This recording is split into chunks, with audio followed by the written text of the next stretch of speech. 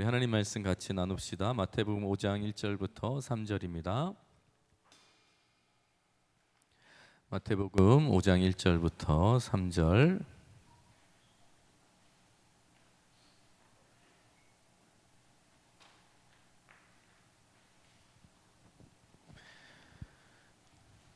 행복이냐 축복이냐라는 제목으로 우리 말씀 같이 한번 나눕시다. 마태복음 5장 1절부터 3절이에요. 우리 한 목소리로 함께 한번 읽어볼까요? 한 목소리로 함께 읽어보겠습니다. 시작. 예수께서 무리를 보시고 산에 올라가 앉으시니 제자들이 나온지라 입을 열어 가르쳐 이르시되 심령이 가난한 자는 복이 있나니 천국이 그들의 것이며. 아멘. 아멘. 여러분 그 동남아시아에 가면 제가 필리핀을 가봤는데 이런 경우는 별로 못 봤는데 어찌됐든 동남아시아 가면 그 코끼리를 애완동물처럼 이렇게 기르는 분들이 계시대요. 근데 코끼리가 뭐 이렇게 애완용으로 기르기는 심히 부담스러울 만큼 너무 크잖아요. 막 5톤, 6톤, 막 7톤 어마무시한 그 거대 몸집들이잖아요. 그런데 이 친구들을 그냥 애완동물로 기르는 거예요. 근데 어떻게 기르냐면 그냥 새 고랑 하나 이렇게 발에 채워놓고 이 집안에서 이렇게 어슬렁어슬렁 그리고 가끔 이제 풀어가지고 어디 이렇게 다니고 마실 다니고 그렇게 해서 이제 애완동물처럼 기른다고 합니다. 여러분 5톤, 7톤 되는 이 코끼리가 거대 코끼리가 여러분 그 쇠 줄을 못 풀까요? 그렇게 한번 이렇게 쾅 치면 끊어질 것 같은 그 쇠 줄에 묶여가지고요. 미동하지 않고 그냥 그 세 줄 바운더리 안에서만 움직이는 그 동물들을 보면 좀 신기하다는 생각이 들어요. 여러분 그런데 못 끊는 게 아니라 안 끊는다고 해요. 못 끊는 게 아니라 안 끊는다고 하더라고요. 코끼리는 생각보다 기억력이 굉장히 탁월한 동물이라고 하는데요. 한 번 갔던 길은 절대로 잊지 않을 만큼 기억력이 아주 좋은데 이 코끼리, 이 5톤, 7톤 되는 코끼리의 기억력 속에 있는 놀라운 기억이 하나 있대요. 어릴 때 기억. 여러분 코끼리를 어떻게 애완동물로 기르냐면 아기 코끼리를 입양해 가지고요. 새 사슬을 이렇게 묶어 놓는다고 합니다. 아기 코끼리는 힘이 없으니까 끊어낼 수 없죠. 본능적으로 도망치려고 하고 끊어내려고 하는데 도저히 이 쇠사슬이 끊어지지 않는 거예요. 그때부터 이 아기 코끼리 이 머릿속에 마음속에 믿음이 생긴다고 해요. 이걸 절대로 끊을 수 없구나. 확신이 생긴다고 합니다. 그게 믿음이 된다고 하더라고요. 근데 문제는 언제까지? 어른이 돼서도 5톤이 되고 6톤이 되고 7톤이 되었을 때도 여전히 그 믿음이 작동하는 거예요. 여러분 스스로 끊어낼 수 있는 힘이 생겼다고요. 그럴 수 있는 능력이 있어요. 그런데 시도하지 않아요. 가만히 붙들려 있다고 합니다. 믿음 때문에. 저는 이 이야기를 들으면서 오늘날 그리스도인들에게 특별히 청년 그리스도인들에게도 혹시나 이런 이상한 믿음이 작동하고 있진 않는가라는 생각을 하게 됐어요. 저에게도 그런 거 있을 것 같아요. 세상이 우리에게 심어준 믿음이 있는 거예요. 환경이 우리에게 심어주는 믿음이 있는 거죠. 사람들이 우리에게 심어준 믿음이 있는 거예요. 넌 안 돼. 넌 그러면 안 돼. 넌 힘들어. 넌 이 정도밖에 안 돼. 넌 딱 이 정도까지만 해야 돼. 라고 하는 믿음, 그 믿음 안에서만 우리가 혹시 살아가고 있지는 않은가? 세상이 주는 믿음, 사람들이 주는 메시지, 환경이 주는 메시지 안에서만 우리가 살아가고 있지는 않는가라는 생각을 좀 하게 되었어요. 여러분, 우리나라에서 실제로 일어난 일인데요. 사진을 하나 보여주시겠어요? 사진 하나 보여주시겠어요? 저기 동물원에서 탈출한 코끼리 2마리가 식당에 침입한 거예요. 동물원에서 탈출해. 지금 옆에 있는 분들은 그 동물원 그 뭐죠? 예, 그분들이에요. 사육하시는 분. 실제로 우리나라에서 있었던, 서울에서 있었던 사건입니다. 저 코끼리들 때문에 막 교통이 마비가 되고요. 저 식당은 정말 초토화되어 버렸다고 합니다. 나중에 저 식당이 유명해졌대요. 코끼리가 왔다 간 식당 이렇게 해가지고 재오픈했다고 합니다. 여러분 코끼리는요 절대 탈출을 할 수가 없대요. 그런데 탈출을 한 거예요. 그래서 기자들이 물었대요. 어떻게 코끼리가 탈출을 했는지 물었대요. 근데 조사를 해봐야 된다라고 하면서 그 동물원에서 조사를 해봤는데요. 저 코끼리가 청소년 정도에 되는 코끼리인데 쇼를 하다가 중간에 몸을 이리저리 흔들다가 자기도 모르게 이렇게 다리를 툭 쳤는데 담이 무너져 버린 거예요. 그러면서 쇠사슬이 그냥 꽝 하고 끊어져 버린 거죠. 그러니까 코끼리가 그걸 보고 놀래가지고 자기가 그렇게 힘이 있는지 모르고 놀래가지고 그냥 그렇게 도망친 거라고 하더라고요. 아주 단순해요. 그냥 우연히 쳤는데 내가 끊었네 하고 그냥 도망친 거예요. 여러분, 전문가들에 의하면 그 코끼리는 한 번 쇠사슬을 끊어낸 코끼리는 더 이상 그 애완동물처럼 키울 수 없다고 합니다. 새로운 믿음이 들어간 거예요. 나는 담을 무너뜨릴 수 있어. 쇠사슬도 끊어낼 수 있는 코끼리야. 이 믿음이 더 이상 코끼리를 애완동물로 키울 수 없게 만들다라고 합니다. 여러분, 저는 그리스도인이 세상에 묶어놓은 이 쇠사슬을 끊어내는 분들이 되었으면 좋겠어요. 여러분들이 그런 자들이 되었으면 좋겠어요. 세상이 지어놓은 한계, 세상이 만들어놓은 어떤 조직, 세상이 만들어놓은 어떤 위계 질서. 여러분, 하나님이 이렇게 크신 분이잖아요. 아니, 이 정도인가요? 온 세상을 지으셨을 뿐만 아니라 우주를 창조하실 만큼 그렇게 뭐라 그럴까요? 놀라운 지혜, 상상을 초월하는 지혜. 여러분, 이런 상상력과 그런 이 창의성을 가진 하나님의 지혜가 얼마나 무궁무진해요. 그 하나님을 우리가 닮은 거잖아요. 그 하나님의 자녀가 저와 여러분이잖아요. 그러면 우리가 그만큼 큰 거예요. 그만큼 큰 거예요. 그런데 우리는 항상 세상이 만들어 놓은 틀 안에서, 세상이 지어진 어떤 질서 안에서만 살아가는 한계, 스스로 한계를 가지고 살아갈 때가 너무 많은 거죠. 여러분, 세상이 묶어놓은 쇠사슬을 끊고 하나님이 주시는 능력 안에서, 하나님이 주시는 지혜 안에서 좀 살아갈 수 있는 청년 그리스도인이 되면 좋겠다라는 생각을 했어요. 여러분, 이런 생각을 유지하면서 오늘 말씀을 여러분들이 좀 들어보셨으면 좋겠는데요. 여러분, 마태복음은 1장에 족보가 나와요. 1장에 족보가 나오고 예수님이 누구신지 이 족보를 통해서 우리에게 설명을 해주죠. 그리고 2장에는 헤롯 대왕이 나옵니다. 우리가 성탄절날 거의 듣는 말씀이 2장의 메시지예요. 헤롯 대왕 이야기가 나오고 그리고 동방박사 이야기가 나오는 게 2장이에요. 어떤 이야기를 하고 싶은가? 예수님이 누구시다? 왕이시다라고 하는 메시지를 주고 싶은 거예요. 그러니까 1장에서 예수님은 분명히 이 유대 땅에서 하나님의 뜻 안에서 이 땅 가운데 오셨다라고 하는 족보를, 공신력 있는 정보를 제공한 다음에 그가 누군가 2장에서 왕이시다라고 하는 메시지를 준다고요. 그래서 3장에서는 세례 요한이 등장하면서 유대인들 중에서 인정받는 사람이 세례 요한이었잖아요. 구약의 선지자로 그 세례 요한이 예수님을 인정해 주는 거죠. 4장에는 사탄들이 예수님을 하나님의 아들로 인정하려고 한 게 아니라 이 시험이라고 하는 과정을 통해서 하나님의 아들이심을, 이 땅의 왕이심을 사탄들이 인정하게 되는, 그러면서 4장 후반부에 제자들을 부르세요. 이게 4장까지의 마태복음의 스토리라고요. 결국 예수님이 누구시다라는 것을 이야기하고 싶은 거죠. 그리고 제자들을 불렀다는 것은 이 예수님을 너희들이 전해라 라고 하는 메시지로 제자들을 부르셨을 거예요. 그런데 제자들을 부르신 다음에 제자들에게 예수님께서 사역을 맡긴 게 아니라, 전도를 시킨 게 아니라, 일을 시킨 게 아니라 그보다 앞서 팔복, 산상수훈을 가르치신다라고 하는 것입니다. 이게 아주 오늘 메시지의 핵심이에요. 여러분, 제자들을 부르셨어요. 베드로, 안드레, 야고보, 요한, 제자들 이렇게 부르신다고요. 그러면 예수님께서 이 제자들에게 일 시키겠구나, 이들을 사용하시겠구나라고 생각을 우리가 하게 되는데, 여러분, 그렇지 않아요. 먼저 가르치신다라는 거예요. 사람을 부르신 다음에 사람을 하나님의 메시지로 가르치세요. 그게 5장이에요. 그게 5장. 여러분, 산상수훈이라고 하는 것, 산상수훈은 산에서 가르쳐진, 들려진 교훈 이런 의미가 있어요. 산에서 가르쳐진 교훈.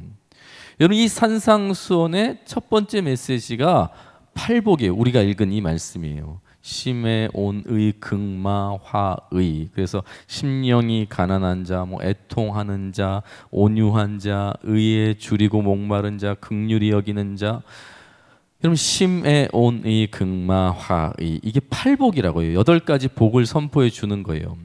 여러분 제가 지금 오늘 말하려고 하는 것은 여러분 정신 차리고 잘 들으시면 반드시 유익이 있고 반드시 여러분들이 이 메시지가 이해가 될 거예요. 쉬운 메시지예요. 중요한 건 뭐냐면 이 팔복의 메시지보다 더 중요한 건 이 메시지가 나오는 시점이에요. 시점. 언제 나왔다고요? 누구를 부른 다음에? 제자들을 콜링한 다음에 이 메시지가 부어졌다는 것입니다. 이게 중요해요. 이게 핵심 키예요.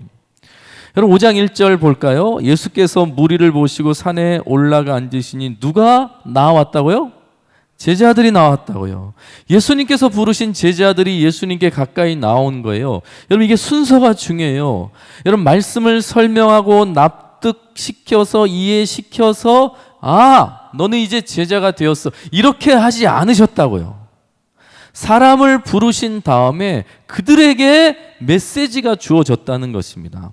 부르고 나서 구별된 자들에게 그 구별된 자들의 정체성을 지금 메시지로 확인시켜 주는 거예요. 여러분 이게 성경이 하나님의 사람들, 특별히 제자들, 하나님의 백성들에 대한 정체성을 아주 잘 설명해 주는 거예요. 선택이 먼저 있었다고요. 부르심이 먼저 있었던 거예요. 여러분 이해하니까 제자가 된 게 아니에요. 그럼 다 깨닫고 그렇게 부름받은 게 아니라는 거예요. 먼저 선택이 되어졌다는 거예요. 출애굽기도 마찬가지죠. 선택한 이스라엘 백성들이 먼저 하나님의 백성으로 선택한 그 백성들이 출애굽을 한 거잖아요. 먼저 선택이 있었던 거예요. 선택한 백성들에게 광야 시험도 있고요. 훈련도 있는 것이고 선택한 백성들에게 메추라기가 주어지기도 하고 반석에서 물이 솟아나는 기적을 보여주시기도 하는 거예요. 중요한 건 뭐예요? 시내산에서 1년 동안 머물면서 모세가 이스라엘 백성들에게 우리가 아는 율법이 선포되거든요. 구별되어서 출애굽한 이스라엘 백성들에게 하나님의 특별한 법, 하나님의 특별한 말씀이 전해지더라라고 하는 것입니다. 여러분 이 산상수훈도 이스라엘 백성들이 그 모세를 따라서 출애굽했을 때 시내 산에서 받은 율법을 연상케 하는 장면이에요. 여러분 산상수훈의 메시지를 가만 보면 율법을 재해석하는 거예요. 그러니까 지금 하고 싶은 건 똑같은 거예요. 먼저 선택한 백성들에게 뭔가 말씀이 전해지는 것입니다. 여러분 선택이 먼저예요. 그리고 말씀이 주어진다라고 하는 것입니다. 창세기도 마찬가지죠. 태초에 하나님이 천지를 창조하셨습니다. 태초에 하나님이 천지를 창조하셨습니다. 여러분 이렇게 하지 않았어요. 태초에 하나님이 천지를 창조하셨느니라. 이게 선포잖아요. 선포. 여러분 우리는 뜬금없이 이 말씀을 듣게 되지만 사실 이 말씀은 누구에게 전해진 거라고요? 출애굽한 이스라엘 백성들에게 전해진 말씀이잖아요. 하나님이 나를 구원하셨다라고 하는데 그가 누군지 잘 모르는 이스라엘 백성들에게 모세를 통해서 하나님이 누구신지 소개하고 있는 말씀이 창세기, 출애굽기, 레위기, 민수기, 신명기잖아요. 그럼 구별된 백성에게 하나님께서 그 구별된 백성에게 선택한 백성들에게 하나님이 누구신지 자기가 스스로를 지금 소개하고 있는 거예요. 그래서 자기 계시라는 표현이 있는 거예요. 그래서 창세기를 과학적으로 접근하면 안 돼요. 과학책이 아니라 이미 구원받은 자에게 너를 구원한 하나님이 누구신지를 설명해 주는 거예요. 너의 하나님은 이런 분이야 라고 확인하라고 주신 책이 이 창세기라고 하는 것입니다. 여러분 우리는 연애를 잘하고 결혼을 하잖아요. 확인하고. 근데 하나님 그렇게 하지 않으세요. 먼저 결혼하고 나서 그 다음부터 이렇게 확인시켜 주신다고요. 그게 하나님의 방식이라고요. 하나님의 방식이라고요. 여러분, 결국 성경 말씀은요, 하나님의 말씀은 믿으라고 주신 게 아니라 믿는 자에게 주셨다는 것입니다. 여러분, 이 한 문장을 여러분들이 간직하시면 오늘 설교는 다 이해하신 거예요. 다시 한번요. 믿으라고 주신 게 아니라 믿는 자에게 주셨다라는 것입니다. 그러니까 잘 안 믿어지네요. 이거는 정말 잘 안 믿어지는 거지만 사실 선택된 백성은 언젠가 어느 순간에 어느 때 반드시 믿게 되어 있어요. 여러분, 억지로 믿는 게 아니에요. 이미 선택된 자들에게 하나님께서 말씀을 주시기 때문에 반드시 믿게 되어진다라는 것입니다. 여러분, 모태신앙들이 헷갈리는 이유가 그거예요.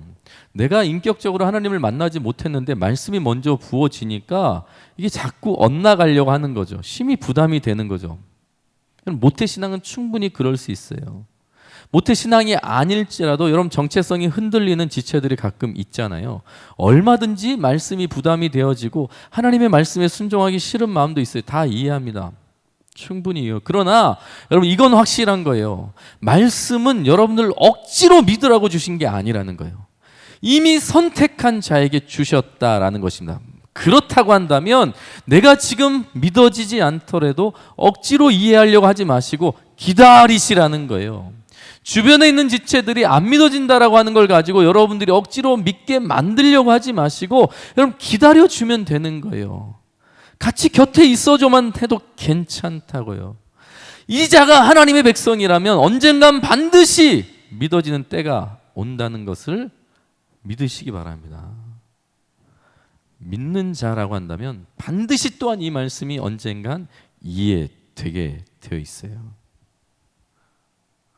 어쨌건 팔복을 이해할 때 하나님께서 지금 제자들을 부르신 다음에 그들에게 이 말씀을 딱 주셨을 때 여러분, 이해하는 것도 중요하지만 하나님의 백성에게 주셨다 라는 생각으로 이 말씀을 대해야 돼요. 그러면 어떤 일이 일어나냐면 마태복음 5장 3절 같이 한번 읽어볼까요? 시작. 심령이 가난한 자는 복이 있나니 천국이 그들의 것이며. 여러분, 이 말씀을 들으면 내가 좀 심령이 가난해져야겠구나, 내가 좀 천국을 소유하고 싶구나, 소유해야겠구나, 심령을 가난하게 가지고 천국을 소유해야겠구나, 이렇게 생각하면 틀린 거라고요. 더 복을 받기 위해서 뭔가 애쓰라는 이야기가 아니라 이 말씀은 어떤 의미냐면 하나님의 선택을 받은 너희는 이런 자야 라고 말하고 있다라는 것입니다. 이렇게 되라고 주신 말씀이 아니라 너는 이런 사람이야, 너는 복 받은 사람이야, 너는 심령이 가난한 자야, 천국이 너와 함께 있어 라고 말하는 말씀이라고 하는 것입니다. 여러분, 마태복음 5장 44절도 같이 한번 읽어볼까요? 시작. 나는 너희에게 이르노니 너희 원수를 사랑하며 너희를 박해하는 자를 위하여 기도하라, 이런 말씀이 있어요. 여러분, 이 말씀을 우리가 어떻게 이해하냐면 억지로라도 막 원수를 사랑해야겠구나라고 애를 쓰는 경우가 있어요. 근데 원수가 사랑이 됩니까? 안 되잖아요. 안 되잖아요. 그 성경 이 말씀을 읽으면 여러분, 그게 부담이 된다고요. 이거 억지로 어떻게 해야 되나, 안 되는 걸 사랑해야 되니까 박해하는 자를 기도하래요. 이게 기도가 됩니까? 여러분, 이거는 애쓰라고 주신 말씀이 아니라는 거예요. 그리고 이거 하면 너가 하나님의 백성이야, 이거 통과해야 돼, 이렇게 주신 말씀이 아니라는 거예요. 이미 너희 안에 이런 실력과 능력이 있다라는 걸 설명해 주시는 말씀이라고요. 여러분, 이 마태복음 5장에 나오는 제자들에게 주어진 말씀은 너희가 이렇게 애써, 이렇게 죽을 힘을 다해서 너희가 이렇게 살아야 돼라고 주신 말씀이 아니라 하나님의 백성의 인생 가이드와 같은 거예요. 설명서와 같은 거예요. 여러분 기계를 뭔가 사면 우리 잘 읽지 않지만 엄청나게 많은 설명서가 있잖아요. 그건 뭐예요? 그 기능이 그 기계 안에 있다는 거예요. 그런데 왜 안 쓰죠? 우리가 그 기능을 왜 다 못 누리죠? 설명서를 잘 안 보니까. 여러분 그 설명서에 나온 그 기능은 다 쓸 수 있는 거예요. 하나님의 백성에게 주신 말씀도 똑같아요. 기계 취급한 게 아니라 여러분 하나님의 백성들은 너희는 이런 실력이 있고 이런 수준의 삶을 살 수 있고 너희는 이런 존재야 라고 하나님께서 말씀해 주시는 거예요. 설명해 주는 거예요. 여러분 할 수 있구나. 여러분 안 하는 거지 할 수 있다라는 것입니다. 못하는 게 아니라는 거예요. 안 하는 거지. 하고 싶지 않은 것일 뿐인 거지. 여러분 성도는 나는 너희에게 이르노니 너희 원수를 사랑하며 너희를 박해하는 자를 위하여 기도하라. 여러분 예수님께서 이렇게 명령하셨을 때는 너희가 그럴 수 있다라고 전제하시는 거예요. 근데 그걸 안 하는 건 그냥 안 하는 거예요. 못하는 게 아니라 안 하는 거예요. 여러분 팔복이 다 그런 말씀으로 이해를 하셔야 돼요. 더 행복해지기 위해서 이렇게 살아라가 아니라 우리 안에 그런 축복이 있다는 것을 확인하라는 거예요. 너희는 이미 이런 복을 받았다라는 것을 확인하라는 거예요. 그리스도인의 삶의 방식은 이렇게 사는 거예요. 행복하기 위해서 뭔가 애쓰는 것이 아니라 이미 주신 축복이 무엇인지 확인하면서 발견하면서 그걸 내 것으로 온전히 누리면서 살아가는 것이 그리스도인의 삶이라는 것을 잊지 마시기 바란다라는 것입니다. 여러분 그래서 성도는요 더 행복해지기 위해서 애쓰는 사람이 아니라 이미 내게 주신 하나님의 복이 무엇인지 확인하며 살아가는 삶이에요. 축복이라고 하는 단어를 영어로 blessing이라고 하더라고요. blessing이라고 하는 표현이 뭐예요? 주어지는 거예요. 부어지는 거예요. 내려오는 거예요. 여러분 내가 만들어내는 것이 아니라고요. 내가 쟁취하는 것이 아니라 부어지는 거예요. 내려오는 거예요. 주시는 거라고요. 이게 축복이에요.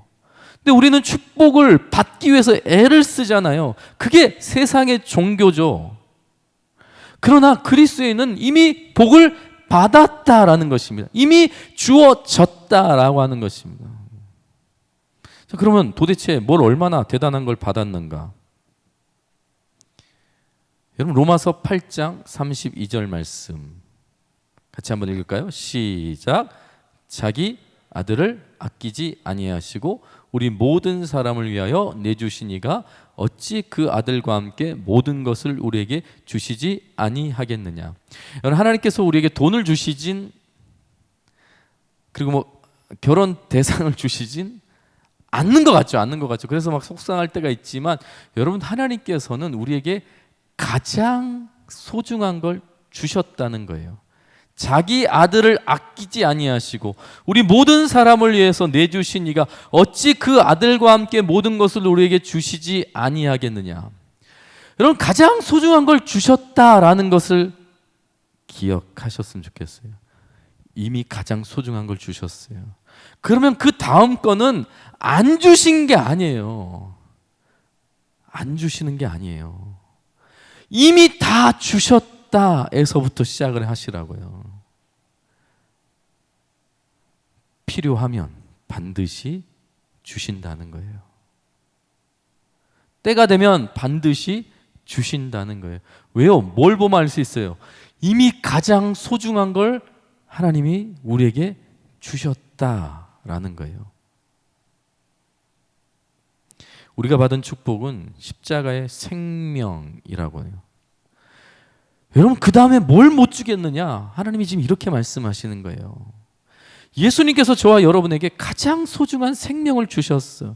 이보다 더 큰 게 있냐? 이보다 더 위대한 게 있니? 그런데 이걸 너에게 주었어. 완전한 사랑, 완전한 복을 주었어. 그 다음에 뭘 못 주겠니? 이렇게 지금 말씀하고 있는 거예요. 로마서 5장 7절 같이 한번 읽읍시다. 시작. 의인을 위하여 죽는 자가 쉽지 않고 선인을 위하여 용감히 죽는 자가 혹 있거니와. 8절 우리가 아직 죄인 되었을 때에 그리스도께서 우리를 위하여 죽으심으로 하나님께서 우리에 대한 자기의 사랑을 확증하셨느니라. 여러분 로마서에 보면, 오늘 말씀에 보면 가끔 나라를 위해서 내 생명을 바치는 사람이 있대요. 목숨을 내어놓는 사람이 있다는 거예요. 사랑하는 사람을 위해서 내 목숨을 포기하는 사람이 있다는 거죠. 여러분 연인을 위해서 목숨 바칠 수 있습니까? 없습니까? 가끔 헷갈리지만 여러분 진짜 찐 사랑이면 바치죠. 예, 바치죠. 찐 사랑이면 바친다고요. 그런 정신 나간 사람이 있어요. 그런 사람들이 있다고요. 여러분 사랑하기 때문에 생명을 바쳐요. 나라를 사랑해서 생명을 바치는 사람이 있어요. 기꺼이. 그런데 절대로 대신 죽지 않는 경우가 있다고요. 완전히 들통난 죄인. 완전히 들통난 죄인. 여러분 감옥에 있는 분들을 위해서 내가 목숨을 버릴 거야, 이런 사람이 있어요? 다 들통났어요. 저 인간이 어떤 인간인지 다 알아. 근데 저런 인간을 위해서 내가 내 생명을 바친다고요? 그런 일은 절대 일어나지 않아요. 뭔가 가치가 있으니까 죽는 거죠. 내 자식이니까, 사랑스러우니까 죽는 거 아닙니까? 내 연인이니까 죽는 거 아니에요? 뭔가 이유가 있다고요. 그런데 지금 보세요. 아직 죄인 되었을 때 그리스도께서 우리를 위해 죽으셨다는 거예요. 다 들통났어요. 예수님이 다 아신다고요. 우리가 어떤 존재인지, 어떤 인간인지, 얼마나 더러운지, 얼마나 추한지 다 아시는 그런 우리를 위해서 생명을 주셨다라는 것이죠. 가장 최고의 사랑을 우리에게 베푸셨어요. 우리는 최악의 존재인데 최고의 사랑을 우리에게 베푸셨다고요. 그러면서 하나님이 우리를 얼마나 사랑하시는지 확증하셨다는 거예요. 확증하셨다고요. 그러면 이제 우리는 최고가 된 거죠. 최고의 가치를 가졌어요. 최고의 가치를 가졌어요. 여러분 더 행복하기 위해서, 살기 위해서 애쓰는 자가 아니라 우리는 최고의 가치를 소유하고 있다는 것을 잊지 말라는 거예요. 여러분 우리는 축복의 사람이라는 것을 제발 좀 인정하라는 거예요. 받아들이라는 거예요. 여러분 이걸 아는 사람과 모르는 사람은 초점이 다르죠. 더 행복하기 위해서, 더 누리기 위해서 애쓰는 사람이 있는 건 반면에 이미 하나님께서 주신 것을 가지고 누리면서 살아가는 사람이 있죠. 그런 사람은 여유가 있는 거죠. 여러분 남을 바라볼 때도 시선이 달라요. 여러분 뭔가 애쓰는 사람은 여러분 남을 바라볼 때도 경쟁하게 되고 비교하게 되고 시기하게 되죠. 근데 이미 모든 것을 가졌다라고 하는 확신을 가진 사람은 기다릴 수 있고 여유가 있고 품어줄 수도 있는 거죠. 모든 것을 다 가졌다라고 하는 확신이 그걸 가능하게 한다고요. 여러분 혹시 청년들 중에 내가 분명히 예수 믿는 자인데 나는 왜 행복하지 않을까 그렇게 고민하신 분들이 있잖아요. 나는 왜 여전히 불안하지? 왜 여전히 나는 부족한 것처럼 느껴질까? 왜 나는 이렇게 불평이 쌓일까라는 사람들이 있잖아요. 여러분 이건 질문 자체가 잘못된 거예요. 여러분 왜 행복해지지 않는가? 왜 행복해지지 않는가? 여러분 행복이라고 하는 것은 계속 누릴 수 없어요. 여러분 행복해진 적이 있잖아요. 솔직히 까놓고 얘기해 보세요. 행복한 적 있죠. 대학 붙었을 때 행복했잖아요. 시험 보고 A 받았을 때 행복했잖아요. 장학금 받으면 행복하잖아요. 남자친구 생겼을 때 행복하죠. 여자친구 생겼을 때 행복하다고요. 첫 월급 받으면 또 무지하게 행복하잖아요. 노래방 갈 때 행복하잖아요. PC방 갈 때 행복하지 않아요? 아니야? 그럴 때 있잖아요. 막 드라마 볼 때 막 행복할 때 있잖아요. 막. 여러분 이제 월드컵 한다고 하는데 막 우리 4강 들어간다고 생각해 보세요. 다 행복하지 않겠어요? 행복하죠. 근데 문제가 뭐예요? 그 행복은 유지되지 않는다는 거죠. 그냥 순간이에요. 여러분 그래서 우리가 난 왜 행복해지지 않는가? 이건 잘못된 질문이에요. 왜 나는 행복해지지 않는가라고 물으면 안 되고 사람은 행복해지지 않는 게 아니라 정확히 말하면 행복이 유지되지 않는다는 걸 아시면 돼요. 행복이라는 것은 순간적이라고요. 그러니까 그냥 유지되지 않는 것뿐이지 우리가 행복하지 않는 건 아니에요. 그래서 해피니스라고 하잖아요. 해픈. 갑자기 일어나는 게 행복이죠. 갑자기 일어나는 거. 유지가 되지 않는 거예요. 유지가 되지 않는 거예요. 다시 말하면 행복이라고 하는 것은 이 마치 밑 빠진 독에 물 붓는 것과 같은 거예요. 또 부어야 돼요. 또 해야 돼요. 또 애써야 돼요. 또 노력해야 되는 거예요. 끝간데 없이 해야 되는 거죠. 근데 성경은 우리는 행복한 존재라고 말하는 게 아니라 복받은 존재라고 말하죠. 하나님이 주셨다는 거예요. 여러분 예레미야 2장 13절 같이 한번 읽읍시다. 시작. 내 백성이 두 가지 악을 행하였나니 곧 그들이 생수의 근원되는 나를 버린 것과 스스로 웅덩이를 판 것인데 그것은 물을 가두지 못할 터진 웅덩이들이니. 여러분 웅덩이를 터진 웅덩이에다 계속 물을 붓는 거예요.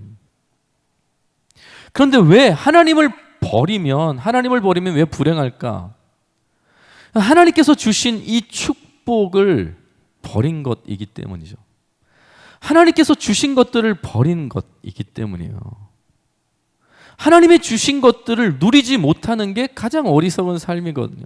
하나님을 버린 자의 삶은 마치 밑 빠진 독에 계속 뭔가를 부으면서 찰 때까지 기다리고 또 안 차면 또 이렇게 슬퍼하다가 또 차면 뭐 기쁘다가 또 빠지면 또 슬퍼. 이걸 계속 반복하는 거예요. 이게 세상의 삶이죠. 그러나 성도는 밑 빠진 독에 물을 부으며 사는 자가 아니라 이미 가득 차고 넘치는 그 예수님을 이미 누리고 있다는 것을 기억해야 된다는 거예요.